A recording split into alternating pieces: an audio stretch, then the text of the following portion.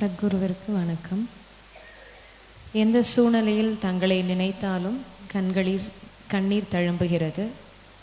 ஏன் எப்படி? மற்ற ஆன்மீகவாதிகளை பார்த்தால் அப்படி தோன்றவில்லை. இது எங்களுக்கு அற்புதமான குரு கிடைத்து விட்டார் என்ற சந்தோஷமா, இல்லை எங்கள் குருவிற்கு வேறு யாரும் நிகராக இருக்க முடியாது என்ற அகங்காரமா? உங்களுக்கு உங்கள் குரு பார்த்தாலே கண்ணில் தண்ணி வருது. எனக்கு சும்மா ஒரு நினைச்சாலே கண்ணில் வருது. இது எனக்கு நல்லா குரு கிடைச்சாங்கன்னு பெருமைனாலையா, இல்லை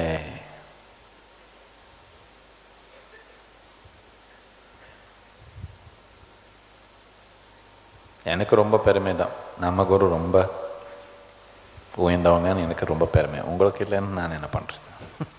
அது உங்கள் கர்மம்.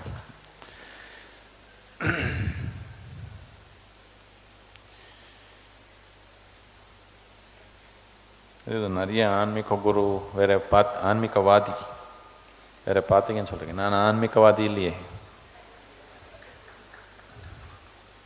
வாதமே இல்லைங்க. வாதம் மீன்ஸ் ஆர்குமெண்ட்டு.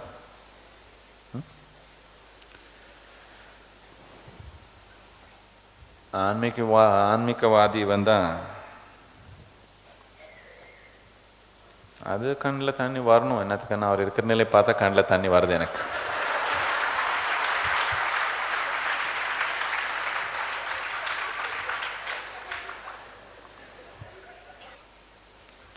ஒரு புக்கு படித்தாலே போது, ஆன்மீகவாதி ஆயிடலாம்.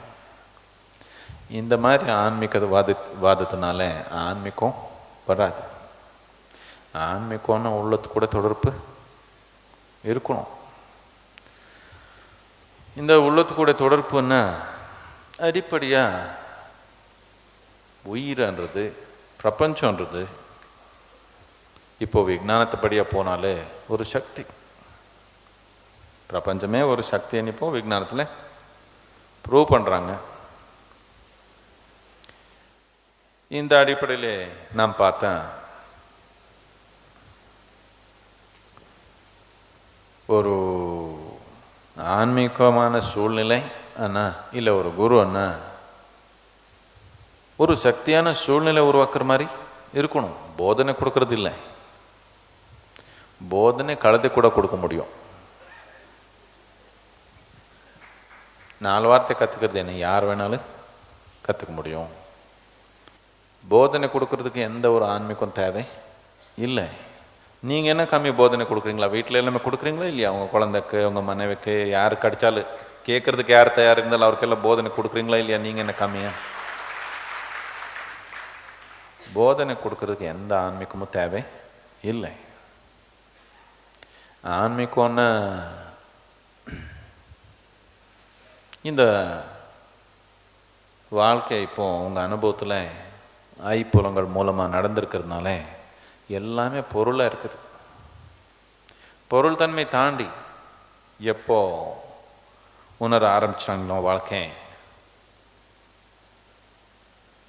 இப்போ இது ஆன்மீகம். பொருள் தன்மை தாண்டி உங்கள் அனுபவத்தில் உயிர் நடக்குது.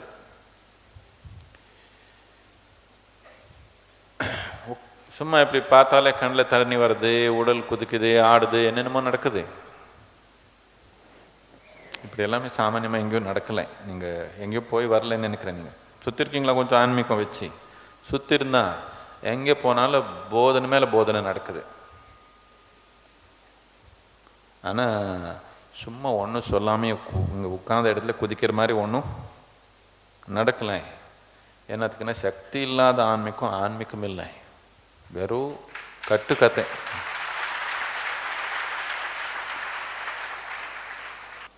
எதுக்கான எப்போ ஒரு போதனை ஆரம்பிச்சிங்களோ, எதுக்கு போதனை ஆரம்பிச்சிங்க?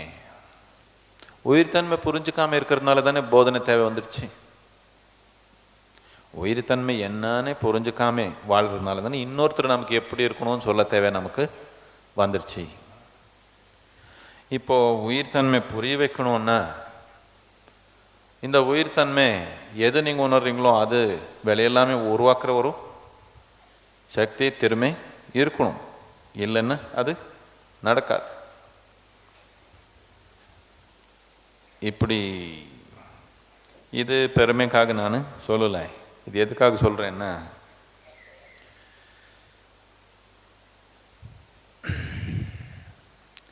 வாய்ப்பு இருக்கிறப்போ சாப்பிடாமல் இருக்கிறவங்க வாய்ப்பு முடிஞ்சு போனப்போ அழுவாங்க. அதுக்காக சொல்கிறேன்.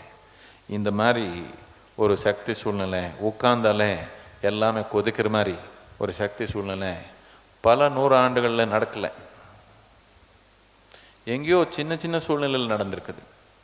யாரோ ஒரு யோகி இருக்கிறாங்க, அவர் சுத்த 4 பேர் உட்காந்துக்கிறாங்க, அவருக்கு ஏதோ நடக்குது. இப்படி இவ்வளோ பேர் கூட்டத்துக்கு ஒரு 1000 பேருக்கு இப்படி நடந்தது பல 100 ஆண்டுகளில். இது இப்படி நடக்கலை. இப்போ நடந்திருக்கிறப்போ வேகமாக சாப்பிட்டுக்கணும். அதுக்கப்புறம் வந்து அளந்தான் ஒன்றும் பிரயோஜனம் இருக்காது. இப்போ பார்த்தா மட்டும் கண்ணில் தண்ணி வந்திருக்குது. ஆனால் எப்போ சும்மா நினைச்சாலே கண்ணு தண்ணில் வருதோ அப்போ உலகத்தில் தேவையில்லாத வேலையெல்லாம் செய்ய தேவையில்லை, சும்மா வந்துடணும்.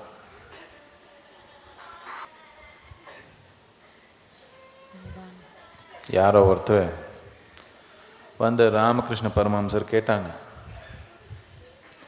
நான் என்ன பண்ணுறது, நான் உங்கள் கூடயே இருக்கணும், ஆன்மீகம் உணரணும், உங்கள் கூடயே இருக்கணும் எனக்கு ஆர்வம். ஆனால் எனக்கு மனைவி இருக்கிறாங்க, குழந்தை இருக்கிறாங்க, ஆஃபீஸுக்கு போகணும், பணம் சம்பாதிக்கணும், நான் என்ன பண்ணுறது? அங்கே இருக்கிறதுக்கு எனக்கு விருப்பம் இல்லை, ஆனால் இங்கே இருக்க முடியாது, அங்கே ஏதோ ஒரு கட்டுப்பாடு இருக்குது, அது புரைச்சி ஆகணும் கேட்டாங்க. அதுக்கு ராமகிருஷ்ணா ஒரு எளிமையான ஒரு பதில் கொடுத்தாங்க. என்னென்னா,